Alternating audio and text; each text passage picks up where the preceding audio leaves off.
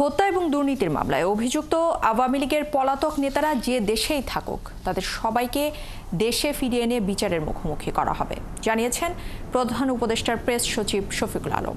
Foreign service একাডেমিতে এক সংবাদ সম্মেলনে এই কথা জানিয়েছেন তিনি। এদিকে প্রার্থনা শীর্ষ সম্মেলনে যোগ দিতে 4 দিনের সফরে সন্ধ্যায় কাতার যাচ্ছেন প্রধান উপদেষ্টা। এই সফরে কাতারের আমিরের সাথে তার দ্বিপক্ষীয় বৈঠকের কথা রয়েছে। আরও জানাচ্ছেন মোহন ইসলাম।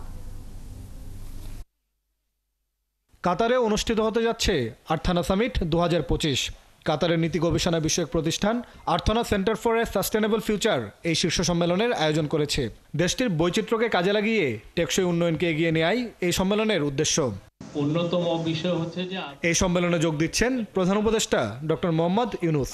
সম্মেলনের পাশাপাশি কাতারের আমির Sheikh Tamim bin Hamad Al থানির সঙ্গে প্রধান উপদেষ্টার দ্বিপক্ষীয় বৈঠকের আশা করছে ঢাকা। বৈঠকে দ্বিপাক্ষিক বাণিজ্য, জ্বালানি সহযোগিতা ও জনশক্তি রপ্তানির মতো বিষয়গুলো গুরুত্ব পাবে বলে আশা করা হচ্ছে। আমিরের বাপ যিনি শেখা মৌজা খুবই ইনফ্লুয়েন্সিয়াল, আরব ওয়ার্ল্ডে উনি খুব ইনফ্লুয়েন্সিয়াল একজন নেত্রী ছিলেন এবং ওনার কাতারের আমিরের মানে আগের যিনি আমির ছিলেন তার ওয়াইফ, উনিও ওনার সাথেও স্যারের দেখা হবে এবং কাতারের ডেপুটি প্রাইম মিনিস্টারের সাথে স্যারের গলন আছে। এছাড়া কাতারের আমির শেখ তামিম, উনি যদিও এখন একটু ট্রাভেলিংয়ে আছেন, বাট ওনার সাথেও আমরা আশা করছি ওনার সাথে প্রফেসর ইউনুসের একটা আলাপ হবে। এদিকে পতিত আওয়ামী লীগ সরকারের পালিয়ে যাওয়া নেতাদের ভারত ও যুক্তরাজ্য সহ বিভিন্ন দেশে দেখা যাচ্ছে।